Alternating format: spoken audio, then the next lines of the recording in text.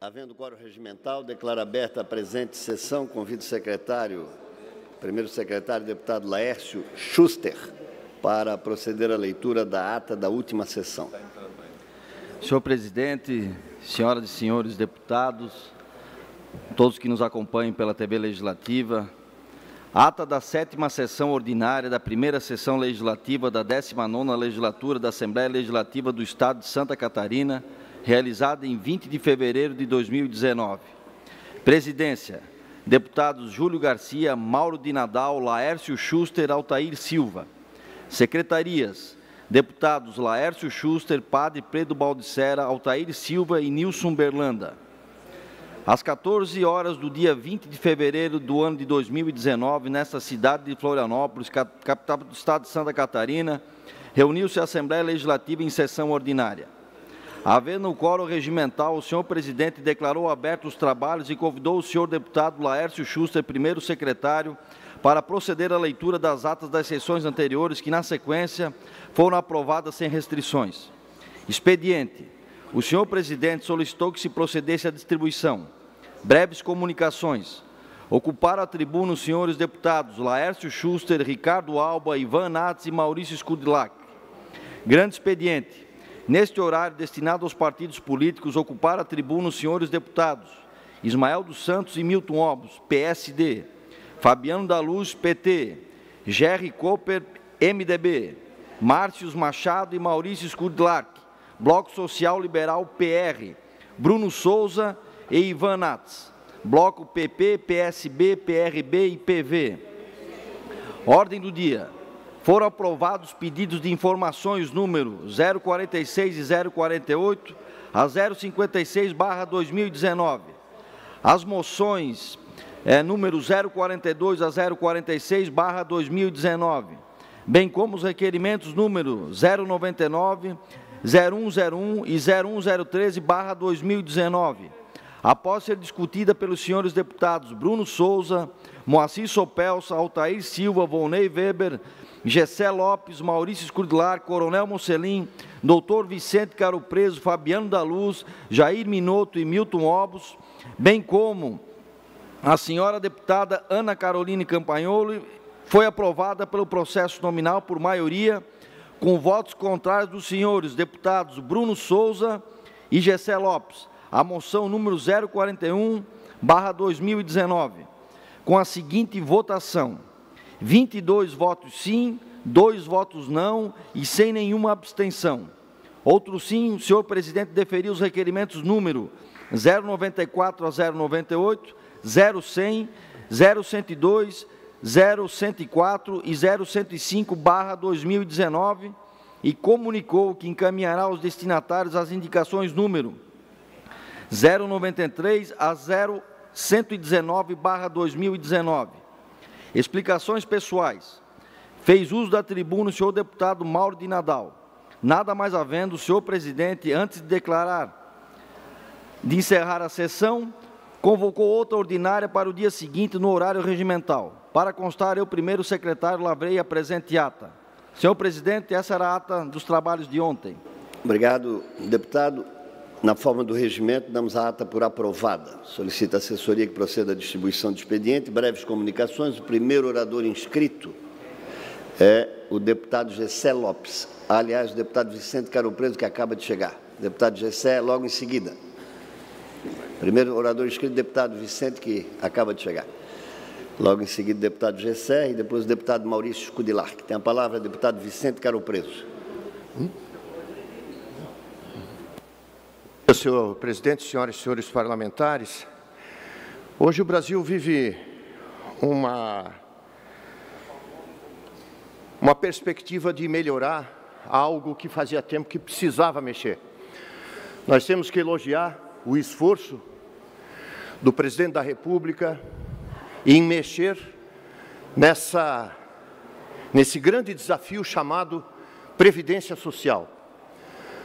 Foi dado o primeiro passo. Agora é o Congresso Nacional que tem que se pronunciar, avaliar, melhorar, ouvir as partes envolvidas, ouvir a sociedade, enfim, mas do jeito que está, não pode continuar. Em 2002, eu me lembro, em junho, eu era um parlamentar federal, deputado federal por Santa Catarina. O meu último grande expediente que eu fiz em Brasília foi justamente isso. A previsão de um rombo considerável nas finanças do Brasil. Isso foi, a cada ano, se tornando cada vez maior. E essa, realmente, é uma das grandes razões da falta de investimento no Brasil, que tumultua as contas públicas, que impera o desenvolvimento. E, enfim, tomara que as coisas evoluam bem, que o Congresso Nacional se empenhe e, no menor tempo possível, nós possamos aprovar uma proposta que venha de encontro aos anseios da maioria do povo brasileiro. Estão contidas nessas propostas também a redução de privilégios, o que é extremamente salutar. E isso tem que acontecer em cada um dos estados da federação.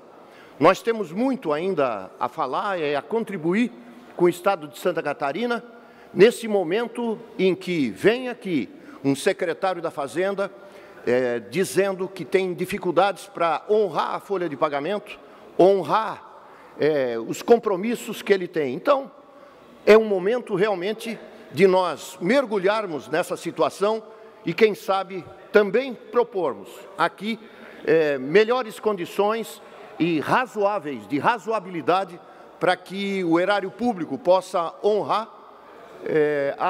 as pendências que ele tem com as diversas castas, eu diria assim, de aposentados. Que seja feita uma dura peneirada em todos os setores, independentemente de função pública, independente de gênero, enfim, está na hora de nós aproveitarmos esse mar de mudança e, quem sabe, melhorarmos as contas públicas, não apenas para agora, mas que vai se refletir nos próximas décadas e justamente em coisas que eu vou abordar aqui em passagem. Eu moro em Jaraguá do Sul, numa região que é dominada pela indústria, uma região que contribui muito com o progresso do Estado, mas que vem sofrendo uma dificuldade muito grande de infraestrutura. Quem vem do Joinville e precisa, imagine um caminhoneiro que pega uma carga no porto de São Francisco do Sul, de Itapoá, para ir para o Alto Vale, ela tem que passar por Guaramirim, e vai a Massaranduba, vai a Blumenau, pega a BR-470. É realmente um problema sério a infraestrutura dessas rodovias, principalmente da SC-108, porque estão altamente deterioradas.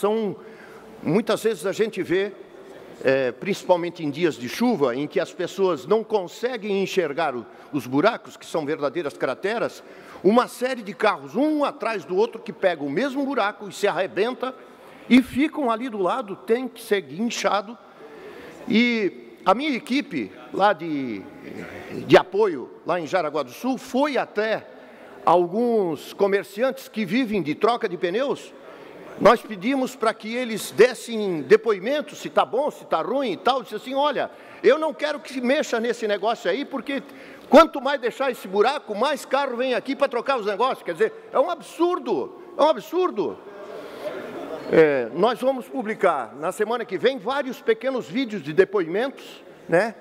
E certamente os deputados aí que representam outras regiões também têm reclamações, coisas grosseiras que estão acontecendo, mas é por falta e absoluta, não desleixo do governo, mas realmente falta de condições financeiras de sobra, porque se não pagar o salário em dia, vai sobrar um pouquinho para a rodovia. Agora, se pagar o salário em dia, não sobra para as rodovias.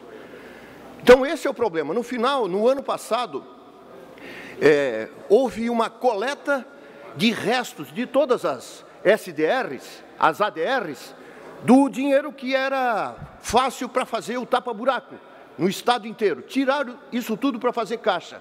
Então, realmente, ficou à mercê um monte de situações, um monte de rodovias, causando prejuízos aos contribuintes, reduzindo as condições de produtividade, e isso é extremamente danoso a gente dizer, né? Ou seja, vamos ter um pouco mais de responsabilidade nessa história, vamos ter um pouco mais de proatividade aqui no Parlamento catarinense e tentarmos ajudar o governo, enfim, as instituições a sairmos dessa situação.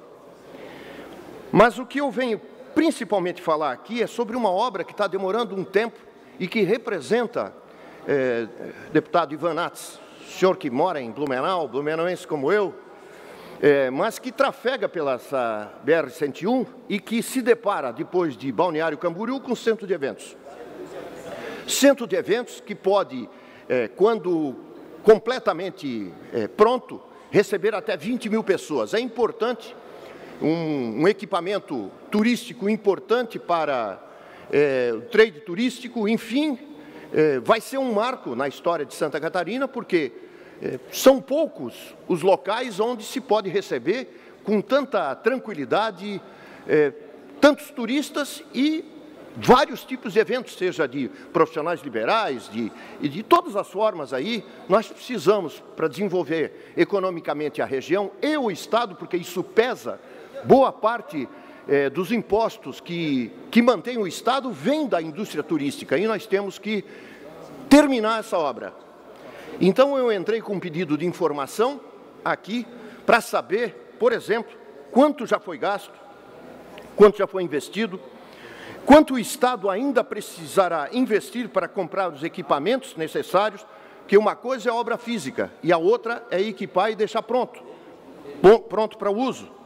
Se há uma previsão do Estado licitar os equipamentos, uma vez que a viabilidade financeira já foi dada pela Caixa Econômica Federal. E o mais importante agora, quando será aberta a licitação para a concessão do centro de eventos à iniciativa privada?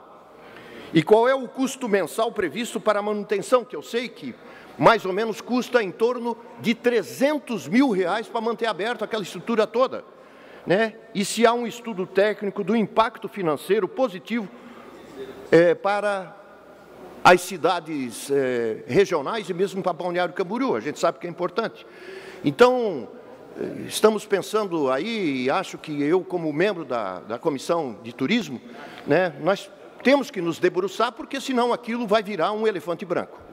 Por favor, deputado. Deputado Carol Preso, esse é um tema extremamente importante para o desenvolvimento de Santa Catarina, especificamente para a região ali de Balneário Camboriú e toda a região. Eu acredito que o Centro de Convenções ali de Balneário vai enriquecer de Blumenau para baixo, de Balneário Camboriú até Brusque, Itapema, toda aquela região vai ganhar com esse empreendimento. E eu quero me solidarizar com Vossa Excelência e dizer que a gente é parceiro nessa luta, não só lá na Comissão de Constituição, na Comissão de Turismo e Meio Ambiente, onde a gente tem mais força, mas para lutarmos juntos por essa causa, uma causa importante para Santa Catarina. Conte comigo, parabéns pelo tema, extraordinário. Acho que a gente tem que falar mais disso aqui e cobrar essa resposta urgente do governo do Estado. Agora na ansiedade de começar a querer apresentar trabalho demais, no início dos trabalhos, seria natural até a gente começar a pedir audiência pública aqui, acolá e tudo. Eu acho que vamos com calma, botar pé no chão, analisarmos até onde a gente quer chegar e em que isso vai melhorar para que a gente possa realmente apresentar algo de positivo para a sociedade. Obrigado. Próximo orador inscrito é o deputado Gessé Lopes, que tem a palavra por até 10 minutos. Pela ordem, senhor presidente. Senhor presidente. Pela ordem.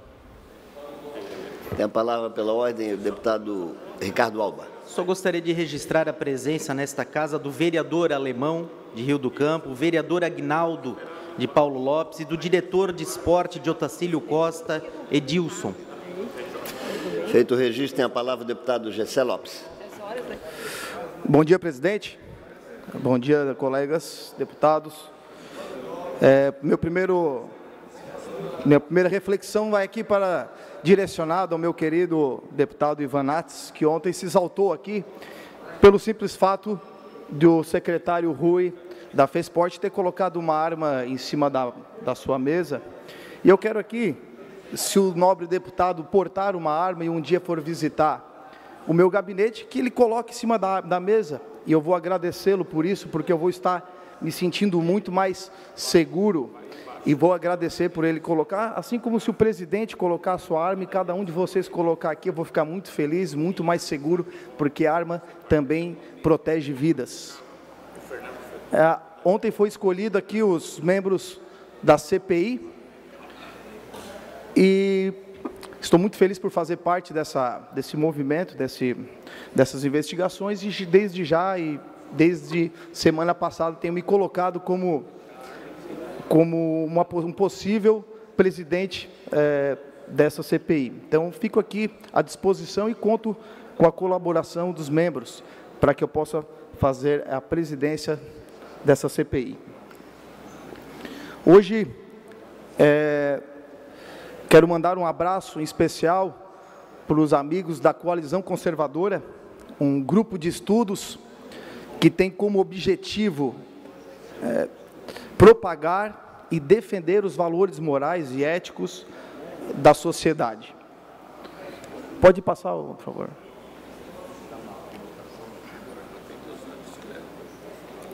Essa é uma agenda que os membros, de forma gratuita, conseguiram, e estou aqui para parabenizá-los por essa conquista dessa agenda de 2019, que contará com vários célebres do movimento conservador, que começará agora na próxima segunda-feira com Bernardo Kister, e também vai contar com uma agenda com a nossa queridíssima Ana Campaiolo, deputada também, que vai lá para falar sobre o livro que ela está lançando. Logicamente, não está dito ali, mas será, toda essa agenda será feita nos auditórios da Unesc, uma universidade que é comunitária, e logicamente, por esse fator, não foi muito bem assimilado, muito bem aglutinado aí deglutido pelos opositores a esse movimento. Pode passar. Não estou aqui para me vitimizar, não faço esse tipo, mas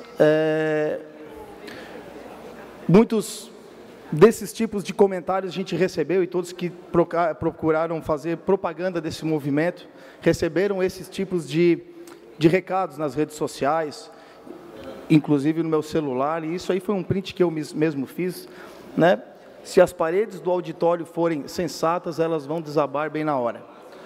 Então, isso aí é só um reflexo de algo que já vem acontecendo há muitos anos. Isso tem nome e isso tem causa. Pode passar. Alguém conhece esse cidadão aqui? Algum deputado conhece esse cidadão aqui? O nome desse cidadão se chama Antônio Gramsci. É um filósofo marxista italiano que nasceu e viveu ali final do século XIX, início do século XX, e ele foi um dos promotores do Partido Comunista na Itália. Ele era, inclusive, muito criticado no meio revolucionário, porque ele tinha uma visão diferente.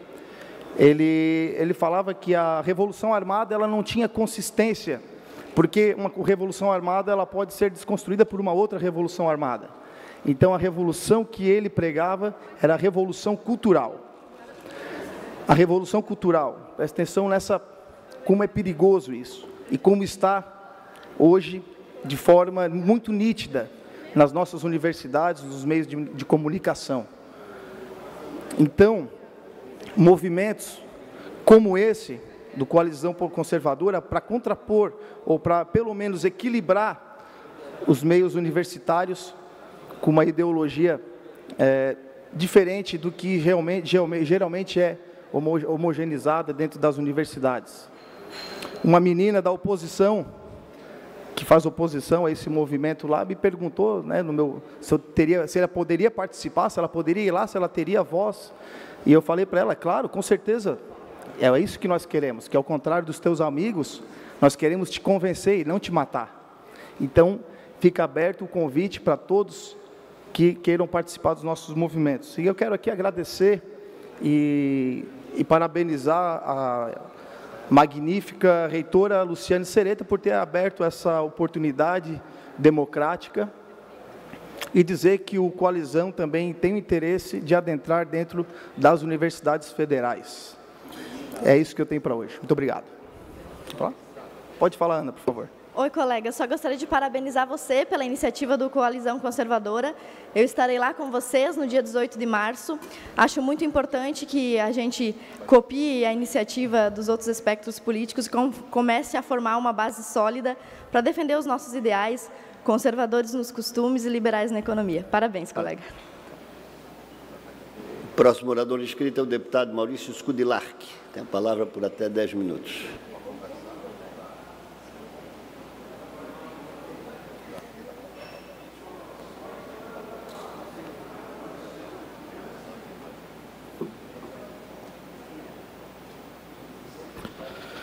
Obrigado, senhor presidente, senhores deputados, público que nos acompanha, deputados e deputadas, a imprensa. Saudar aí o prefeito de Dionísio Cerqueira, que acompanha a sessão, Tiago, comandante dos bombeiros, né, as autoridades lá de Dionísio Cerqueira. Vou falar, inclusive, da 163, mas foram recepcionados aí pelo deputado coronel Mocelin, né, também natural lá da região. Quanto à questão da arma, ontem saiu na imprensa, eu acho que vou discordar um pouco do meu colega Gessé, que eu tenho muita admiração. Eu sou policial, quase 40 anos desde que eu iniciei a atividade. 90% do meu tempo eu estou armado, eu sempre tive armado, nunca ninguém me viu armado. A arma tem que ser de uso discreto. Então, o nosso presidente da FESPORT, que é meu amigo policial civil, não pode fazer aquilo ali, fazer uma audiência com a arma em cima da mesa. Isso não existe. Isso, a arma é para usar de forma discreta. Eu falo para os policiais civis, ou você está fardado, ostensivo, e você mostra a arma, ou a arma, até para o cidadão, cria constrangimento. Todas as pessoas têm medo, então você na tua atividade, se é na delegacia, você está mostrando a arma, já é meio constrangedor, dentro da delegacia. Se o policial estiver atendendo o público, já é meio constrangedor. Então, eu sempre orientei, sempre pedi ao policial, use a arma da forma mais discreta possível. Use a camisa solta, não mostra que está armado. Quem precisa saber é o teu colega, que se precisar você vai estar pronto, mas não usa a arma de forma ostensiva. Então o Godinho é meu amigo, é um bom policial, vai ser aí um bom presidente da FESPORT, mas talvez a empolgação da juventude ainda, né? Isso já me aconteceu, já me ligaram quando eu era delegado regional em São Miguel, chegou um policial novo, ele ia almoçar num restaurante lá em Romelândia, ele era o responsável por Romelândia, e ele colocava a arma no canto da mesa no restaurante. Eu digo, mas, né? Então, a gente tem que ter esse cuidado aí, nós que somos da segurança pública.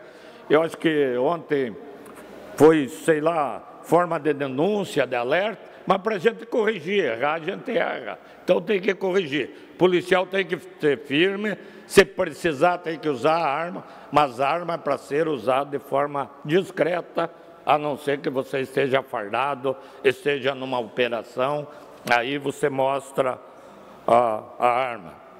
Eu brincava lá que eu dizia no ESC, eles diziam, você anda armado, digo, quando estou jogando bola de calção, não duvide que eu não estou, mas ninguém via. Então, mas a arma é para ser utilizada no momento exato. Mas, fora isso, que eu acho que é um fato superado, a imprensa mostrou, acredito que o Godinho vai tomar as cautelas necessárias para que não aconteça. Queria falar hoje, nós temos falado aqui tanto das nossas rodovias de Santa Catarina, e o cidadão lá da minha região, do extremo oeste, cada vez que nós falamos na 470, que eu acho que é a obra mais importante hoje do Estado, me cobra, e a 163, como é que fica?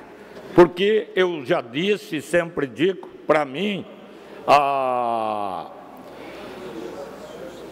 BR-163 é o segundo maior problema de infraestrutura do Estado de Santa Catarina, de rodovias. Tem portos, aeroportos, mas de rodovia. O maior é a BR-470 e o segundo maior é a BR-163, porque está um caos abandonado, uma rodovia importante, passa toda a produção de milho, soja que vem do Centro-Oeste, que vem do Paraguai, que vem da Argentina, para as agroindústrias de Santa Catarina, para a nossa produção, e também transporta para o Porto Seco de Dionísio Cerqueira e para o Porto de Itajaí. Muito passa por lá para cruzar o estado e para vir para os nossos portos. Então, o DENIT lançou o edital para a retomada das obras da 163 no trecho Dionísio Cerqueira a Guaraciaba e Dionísio Cerqueira ao Porto Seco. Não tem ainda o dinheiro necessário.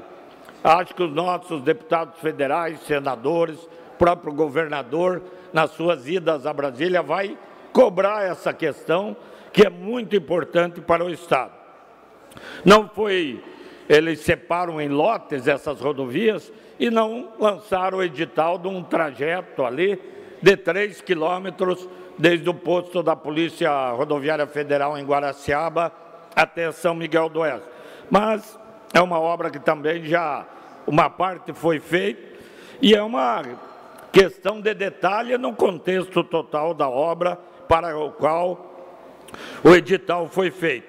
Esse projeto prevê mudar a base asfáltica, deputado João, de asfalto para concreto. A durabilidade do concreto é o dobro. Então, esse projeto, segundo o próprio superintendente DENIT de Santa Catarina, e agora está especificado no projeto, foi com essa adequação, e a base será, sim, com concreto e não mais com asfalto. Prevê 23 quilômetros de terceira faixa, que lá, quando forma uma fila, com 2, 3 caminhões, é impossível ultrapassar, então precisa ter a terceira faixa, e 22 quilômetros de vias laterais. Tem viaduto, então uma obra bem complexa e bem importante para o extremo oeste, e que nós esperamos seja concluído o mais rápido possível. 36% da obra foi feito pela empresa sul-catarinense, que depois pediu concordata e recuperação judicial, acabou fechando e houve esse contrato aí foi cancelado entre o governo e a sul-catarinense. Mas agora o edital já foi lançado e nós que sofremos muito todo esse tempo, lá inclusive o período de eleição, muita cobrança, porque a população sofreu, está sofrendo muito com a questão das nossas rodovias lá. E outra notícia boa que eu vi que já está inclusive no site do Ministério dos Transportes, é o projeto de readequação da BR-163 de São Miguel a São João do Oeste e a Itapiranga. Então a 163 vai cortar todo o extremo oeste, ligando o Rio Grande do Sul ao Paraná. Uma parte, para quem não conhece, era estadualizada. Foi feito um projeto de federalização, já foi federalizado e agora o governo já está com um projeto no Ministério dos Transportes para a readequação e fazer as obras com recursos federais, transformando numa obra efetivamente federal. Então, são notícias boas que precisam de acompanhamento, precisam de cobrança, mas que vão gradativamente melhorar a infraestrutura do nosso Estado. Vejo que com as boas perspectivas do novo governo federal, do novo governo estadual, esse enxugamento de cargos, de recursos que tem sido feito, efetivamente vai sobrar dinheiro para investir nas rodovias federais. E essa questão dessa rodovia é muito importante para a população do nosso Estado. Obrigado, senhor presidente. Questão de ordem, senhor presidente. Tem a palavra pela ordem, deputado Luiz Fernando Vampiro. Bom dia, senhor presidente. Gostaria de cumprimentar você a todos. Só para registrar a presença aqui no plenário dos 3 vereadores de Urubici, a nossa Gramado catarinense, o vereador Titinho, o Zé Paulo Ivaí, que tiveram defendendo a Serra do Corvo Branco, o secretário de Infraestrutura, com o deputado Volney Weber, na luta em prol do fortalecimento do turismo. Obrigado, senhor presidente. Feito o registro, tem a palavra pela ordem, deputado João Amin. Também cumprimentar, além dos vereadores de Urubici, o nosso prefeito de Mondaí, o Dili, que se encontra aqui na casa hoje. Gostaria de fazer a sua presença e desejar boas-vindas. Feito o registro, não há mais oradores inscritos em breves comunicações, passamos ao horário dos partidos políticos, porém, antes de adentrarmos no horário dos partidos políticos, a presidência informa que os partidos e blocos fizeram as indicações para a composição da comissão parlamentar de inquérito para investigar procedimentos licitatórios ocorridos em relação às obras da Ponte Hercílio Luz e, a partir de hoje, o deputado Marcos Vieira, que é o com maior número de mandatos dos indicados da comissão, tem 5 sessões para realizar a instalação com a escolha do presidente e do relator da referida comissão. Agradeço, portanto, aos senhores líderes que, cumprindo o regimento, fizeram as indicações em prazo hábil. Horário dos partidos políticos, o primeiro horário é destinado ao PT. Consulto quem fará uso da palavra. Não havendo inscritos pelo PT, tem a palavra pela ordem, deputado Fernando Krilling. Então, muito bom dia, senhores deputados. Gostaria de saudar a presença do vereador Nathanael Jordão, de Joinville, também o vereador Richard Harrison, também de Joinville, vereador Richard, que é líder de governo do prefeito do Deller, que estão desempenhando um ótimo papel lá na cidade. Obrigado, presidente. Segundo horário é destinado ao MDB. Não há oradores inscritos. O terceiro horário é do Bloco Social Liberal. PSL-PR. Consulto quem fará uso da palavra, deputado Ricardo Alba, pelo PSL. Tem a palavra por até 13 minutos e 30 segundos, deputado.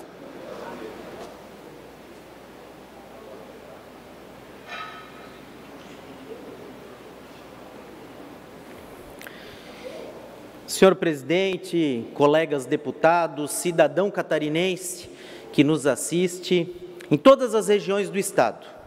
Eu ouço muitas perguntas pessoais, até pelas redes sociais, do cidadão catarinense que nos questiona. Alba, como é que anda o governador, como é que andam as ações do governo do Estado? E eu tomei a liberdade de fazer um resumo e passar para você, cidadão catarinense, alguns atos que você tanto exigia e que vem sendo feito agora pelo atual governador Moisés. Primeiro que, já no início do governo, o governador Moisés cortou inúmeros cargos comissionados. Aliás, enxugar a máquina pública é uma marca desse governo, que ouviu você, cidadão catarinense, e acabou com a estrutura das ADRs, com a estrutura gastadora das ADRs em diversas regiões do nosso Estado. Uma outra ação do nosso governo foi colocar à venda 2 aviões, que só de economia em manutenção vai gerar uma economia aí de 14 milhões. Aliás, falando em aviões, colocou o helicóptero, o governador colocou o helicóptero que estava à sua disposição para fazer também o translado de transplante de órgãos, que já vem trazendo resultados. Um coração já foi transportado de Brusque ao Hospital Santa Isabel, em Blumenau. Está fazendo o que o cidadão catarinense pediu nas urnas: corte de gastos, corte de regalias e enxugamento da máquina pública. Mas mesmo assim, mais do que isso, está atuando na segurança pública, cidadão catarinense. O governador anunciou a abertura de um novo concurso para 1.000 novas vagas para a Polícia Militar em Santa Catarina, levando mais policiais para as cidades, para as ruas, para os bairros. Criou o colegiado de segurança pública.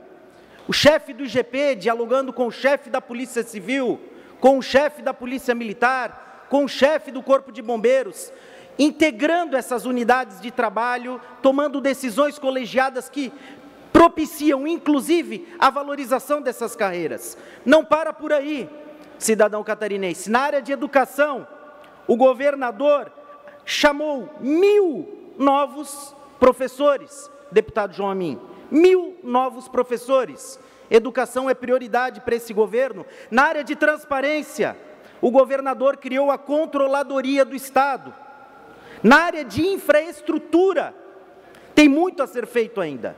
Mas em menos de 2 meses, o governador do Estado vai disponibilizar 31 milhões para as reformas aí, pelo menos de parte da estrutura da ponte Colombo Salles, desde 75, sem ter manutenção.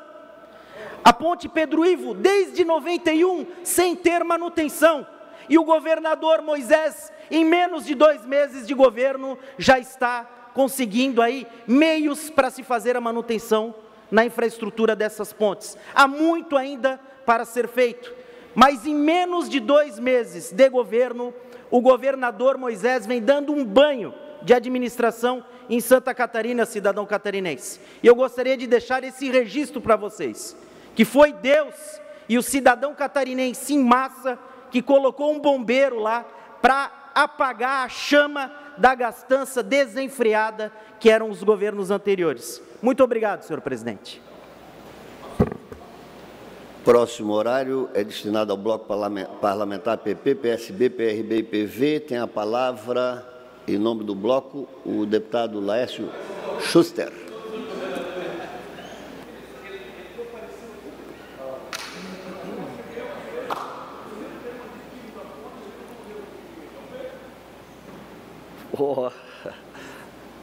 Está começando bem a nossa quinta-feira.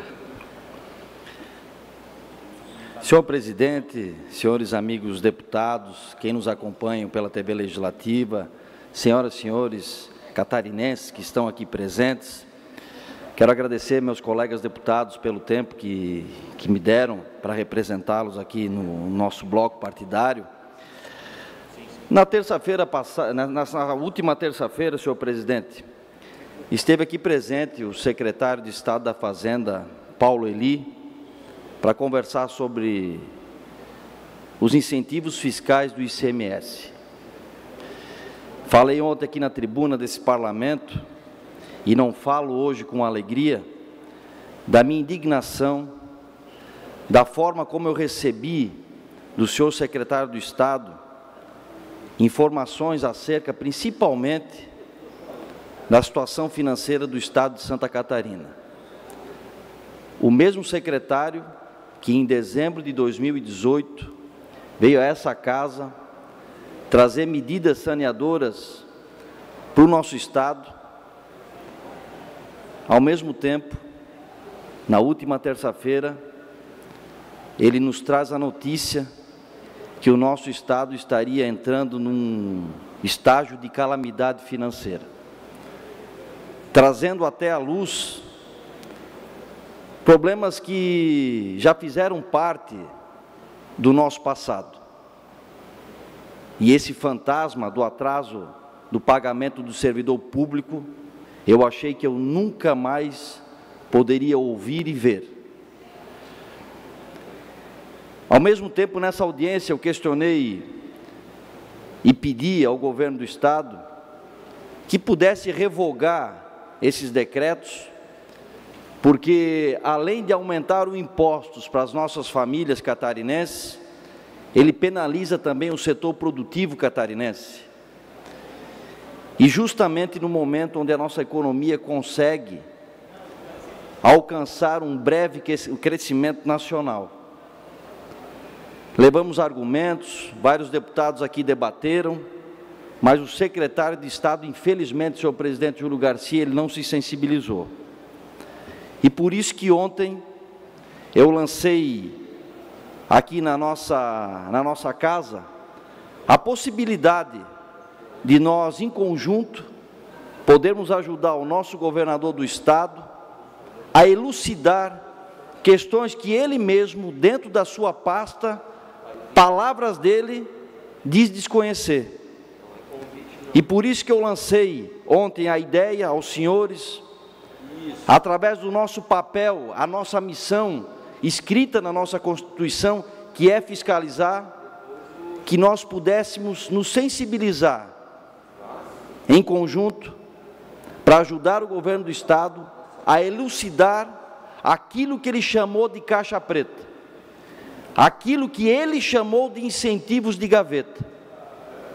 E aí ontem eu propus aos senhores a criação da CPI dos incentivos fiscais do ICMS, que eu chamo de CPI da caixa preta do ICMS.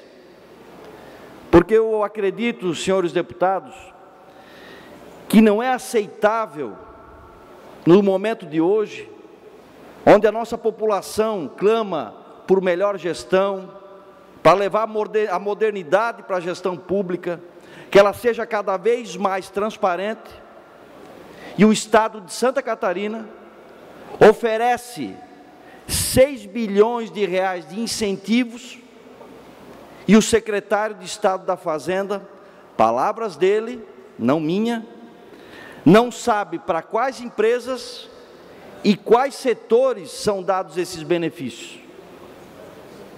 Essa é a minha tristeza e a minha indignação. Para vocês terem a noção disso, a Celesc, a nossa Celesc, se o governo do Estado quisesse privatizar ela, presidente, ou federalizar ela está em torno de 3 bilhões de reais o valor.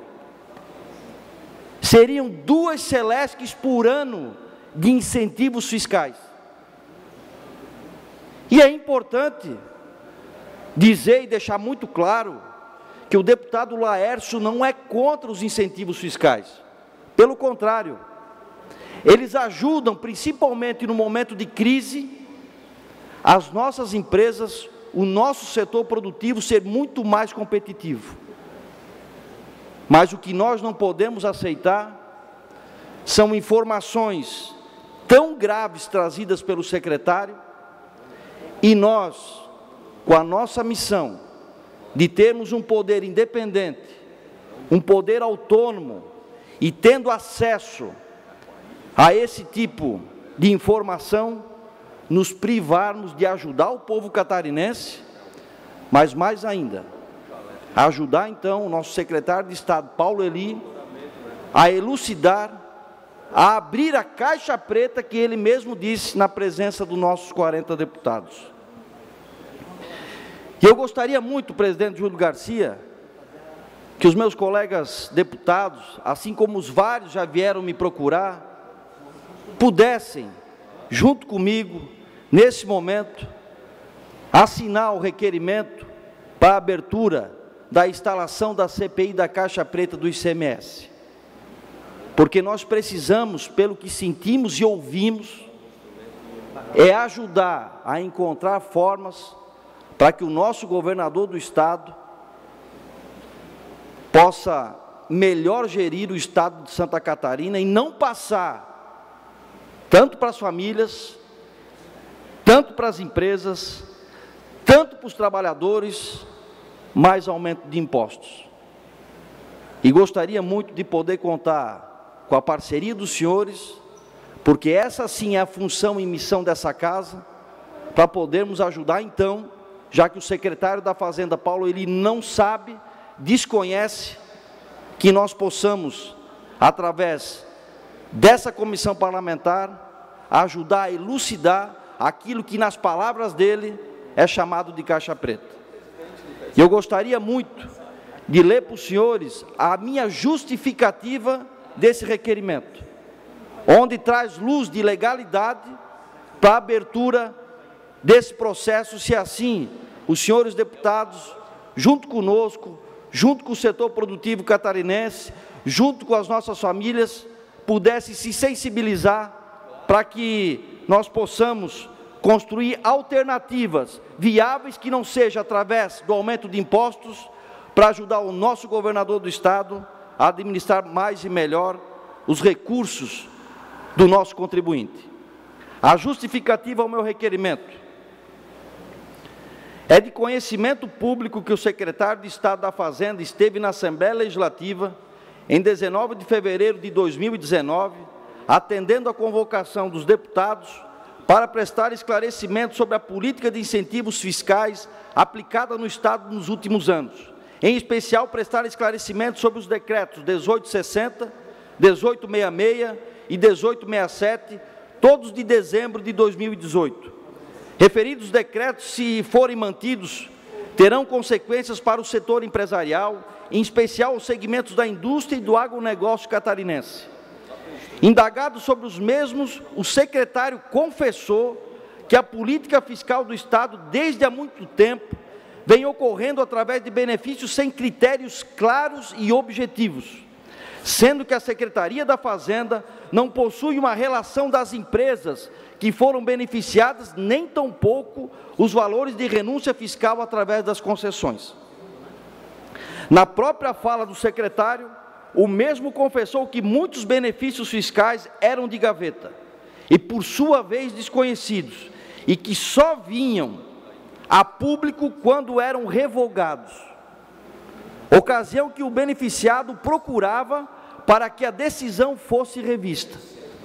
Essa revelação, a qual causou espanto a todos, é de natureza gravíssima, senhor presidente Júlio Garcia, e constitui por si só fato determinado a ser investigado pelo Parlamento catarinense. Acrescentou ainda que o volume de isenções somaria 6 bilhões de reais e que há 11.145 empresas no Estado que não recolhem o ICMS, pelo excessivo número de benefícios concedidos sem obediência ao princípio da legalidade. Informou também que o governo tem situação pré-falimentar. O déficit mensal está em 210 milhões de reais e que a previsão para esse ano é superior a 2,5 bilhões.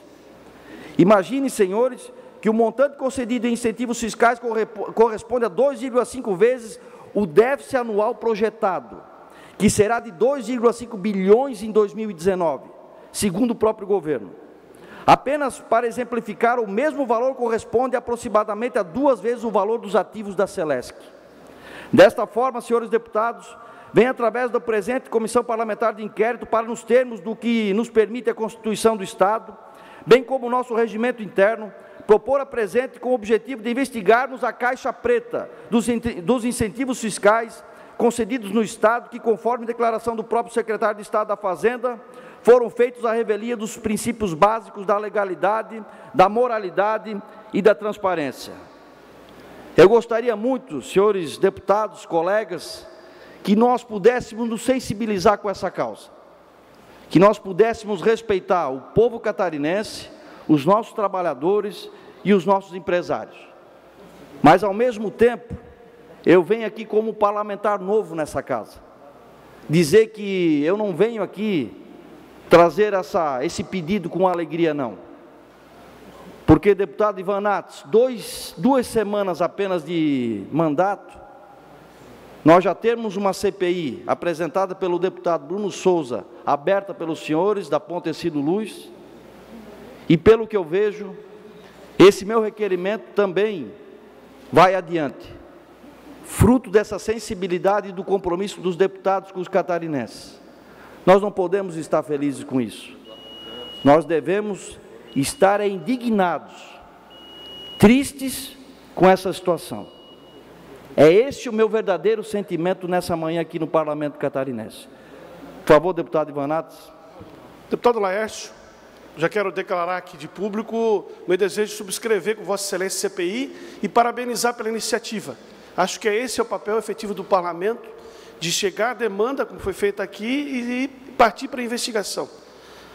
Acredito que o nosso bloco também vai referendar o pedido de Vossa Excelência, porque é extremamente necessária essa investigação, face às falas do secretário Paulo Eli aqui essa semana. Muito obrigado. Muito obrigado, deputado Ivanatos.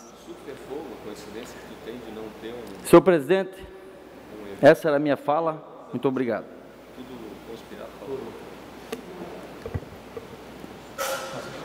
O próximo horário é do Bloco Social Democrático, PSD, PDT, PSDB e PSC. Consulto quem irá falar em nome do bloco. Não há inscritos. Encerrado o horário dos partidos políticos, passamos à ordem do dia. Pedidos de informação. De número 57, deputado Milton Obles, solicita ao presidente da Celesc informações sobre quais indicadores econômicos e sociais embasaram a reestruturação organizacional da empresa. Em discussão, votação, aprovado.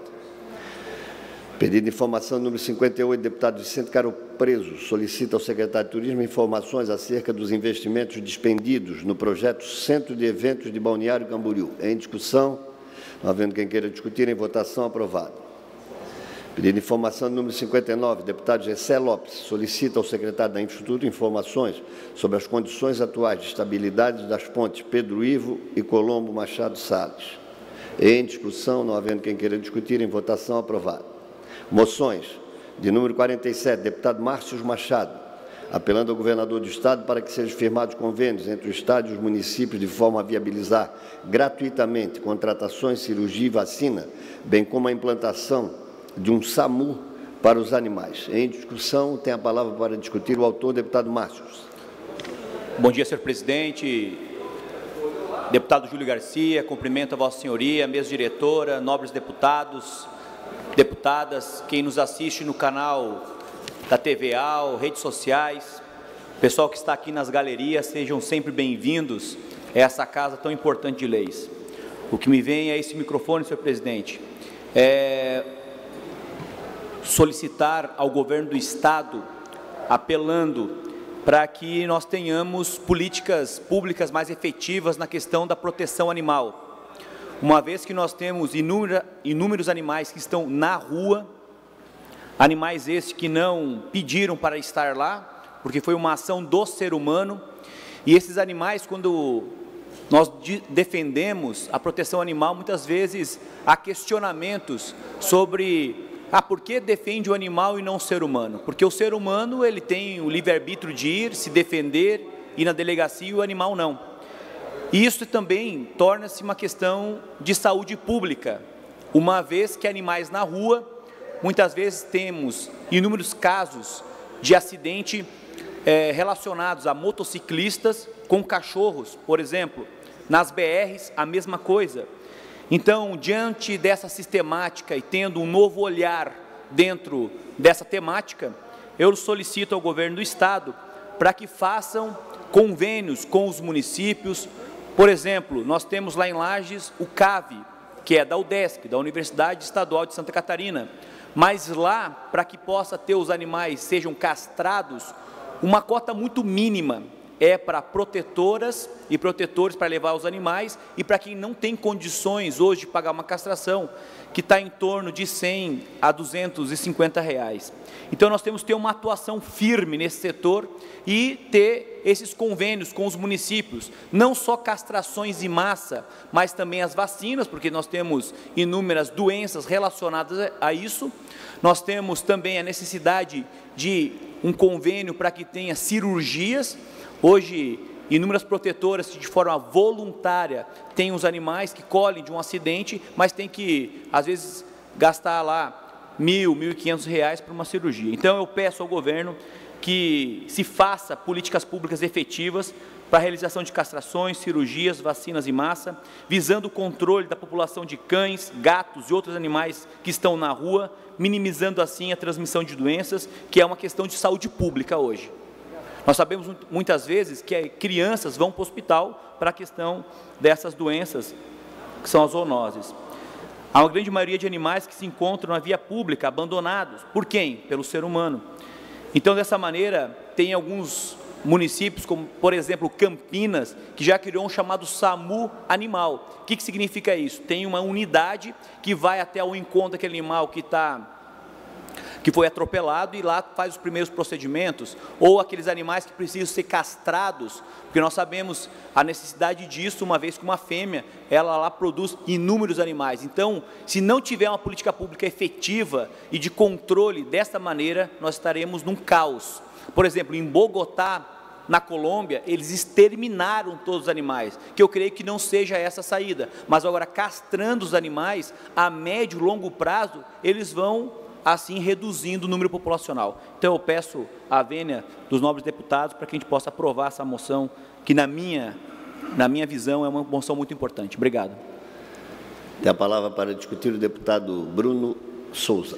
Senhor presidente, eu, na minha primeira manifestação nessa casa, falei que nunca ataco o mensageiro, foco sempre na mensagem. Então, já quero pedir escusas ao nobre deputado, não é minha intenção alguma julgar a sua intenção, e me parece uma boa intenção, mas uma vez que uma moção é proposta, eu sou até muito contra esse instrumento, que é legítimo, mas não uso muito desse instrumento. Uma vez que é proposta, eu preciso aqui fazer valer todo o histórico que eu tenho de defesa dos ideais que sempre defendi, das ideias que sempre lutei. Eu me incomodo muito, deputado, na sua moção, o fato dela vir com talvez um pensamento comum à nossa classe política, a forma como nós fazemos as coisas. Viabilizar de forma gratuita, isso é algo que me incomoda, porque não existe isso de almoço grátis e nem gratuito.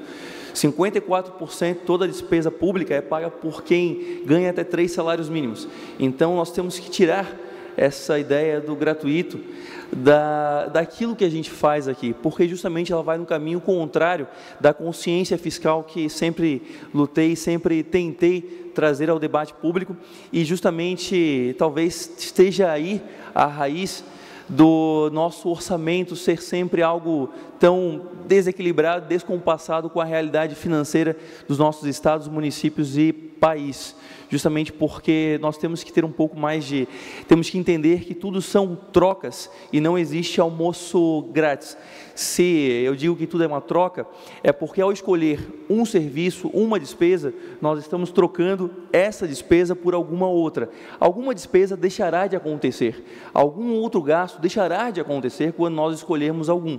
O cobertor ele é curto, quando ele é puxado para um lado, ele vai descobrir o outro lado. Então, eu quero apenas fazer essa ressalva, porque votarei contra a moção.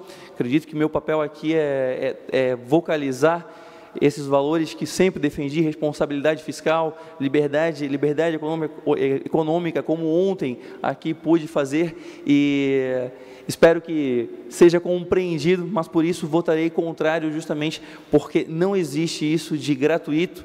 E quando nós falamos em despesa, nós temos que ser muito responsáveis, porque alguma outra deixará de existir. Não depende apenas de vontade política. Infelizmente, eu gostaria que assim fosse, que um papel e uma caneta resolvessem os nossos problemas, mas não resolvem. São escolhas, e quando nós escolhemos algo, é sempre em detrimento de outra coisa, ou então é em favor de um novo imposto ou tributo, porque alguém pagará essa despesa, alguém irá gastar. E no Brasil, quem paga imposto é pobre. Então, eu, como sou contra impostos, ainda mais contra impostos sobre quem mais precisa, eu sempre voto e me posiciono contra o aumento de despesas, e principalmente a ideia de que elas são gratuitas e apenas vale de uma intenção. Continue em discussão. O deputado Márcio tem a palavra.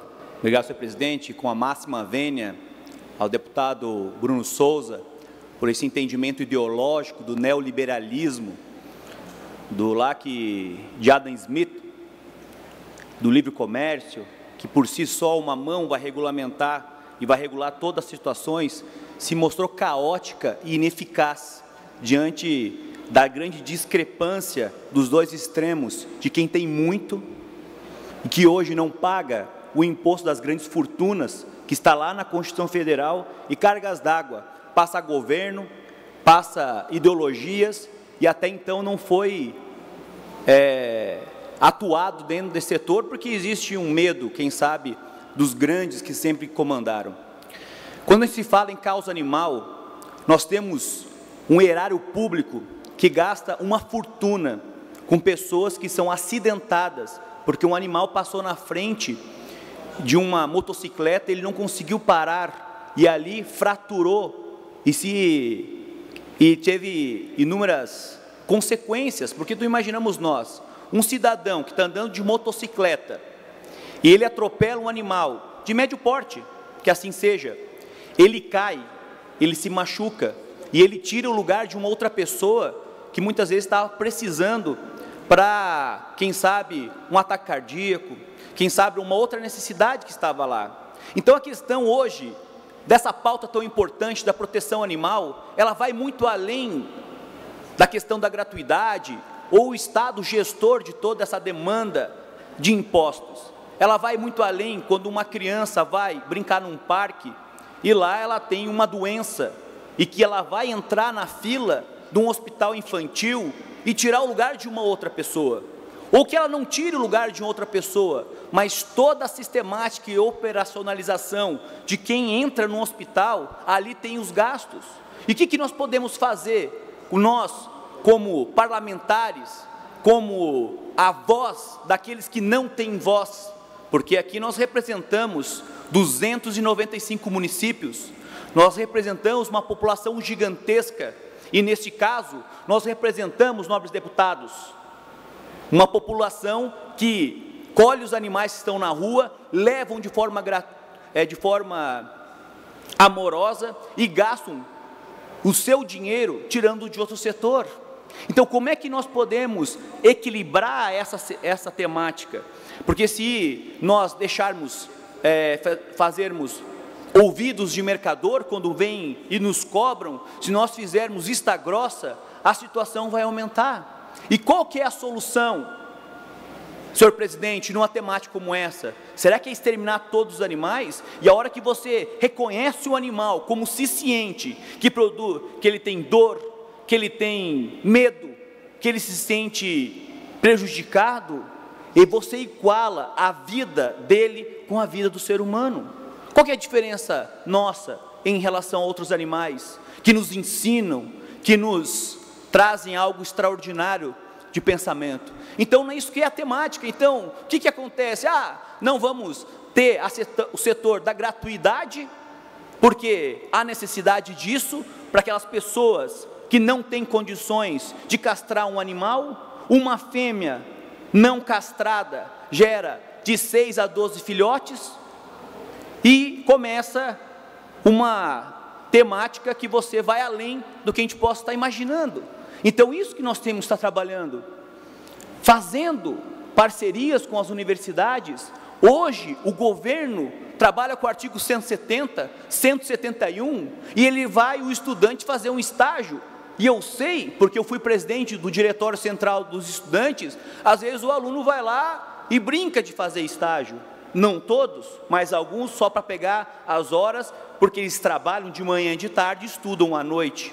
Então é isso que nós temos que buscar, essa temática. Por que não nas universidades que tenham o curso de medicina veterinária, quando são financiadas pelo governo, como a UDESC, como tem bolsas nessas outras universidades, fazer uma permuta, fazer uma troca que de fato tenha uma ação mais efetiva, quando a bolsa de estudo vem para beneficiar, mas que beneficie de uma forma mais efetiva. Então, esse é o meu entendimento, nobres deputados, para que a gente possa realmente fazer voz àqueles que precisam do nosso apoio aqui nesse parlamento tão importante. Muito obrigado.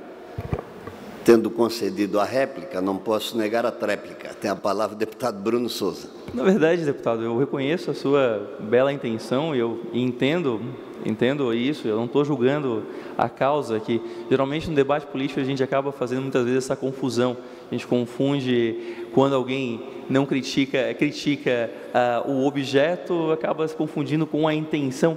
Eu não nego a necessidade, não é isso, apenas estou questionando a forma e o gratuito, porque isso o senhor falou durante 5 minutos, mas o senhor não conseguiu fugir ao fato de que não existe gratuidade.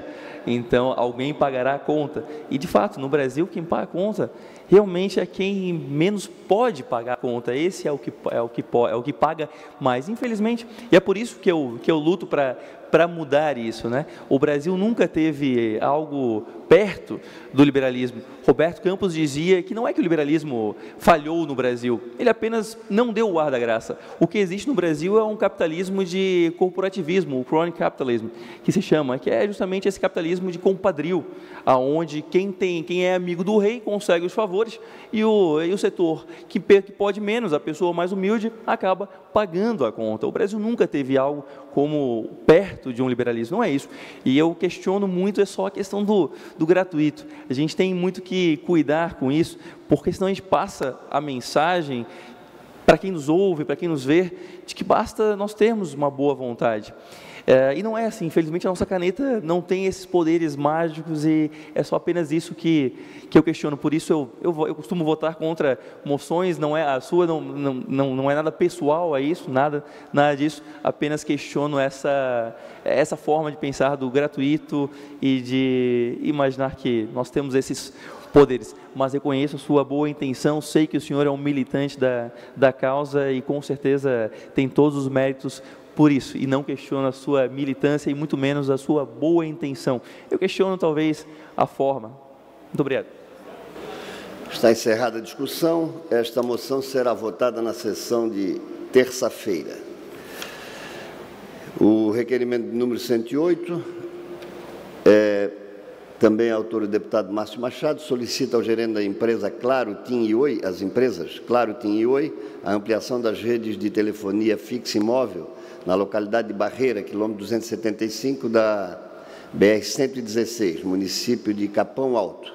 Em discussão, não havendo quem queira discutir, a matéria fica para deliberação na sessão de terça-feira. A presidência comunica que defere os seguintes requerimentos. De número 106, deputado Padre Pedro Baldiceira. 107, deputado Moacir Sopelsa. A presidência comunica ainda que encaminhará aos destinatários, conforme o regimento interno determina, as seguintes indicações. De número 120, deputado Neodi Sareta. 121, deputado Nilson Berlanda. 122 a 124, deputado Rodrigo Minotto. 125 a 127, deputado Laércio Schuster. 128 e 129, deputado Maurício Scudilarque. Indicações de número 130 e 131, deputado Ivan Nats. E indicação de número 132, deputado Márcio Machado. Encerrada a ordem do dia, não há oradores inscritos. A presidência, antes de encerrar a presente sessão, convoca outra ordinária para a próxima terça-feira, no horário regimental. Está encerrada a sessão.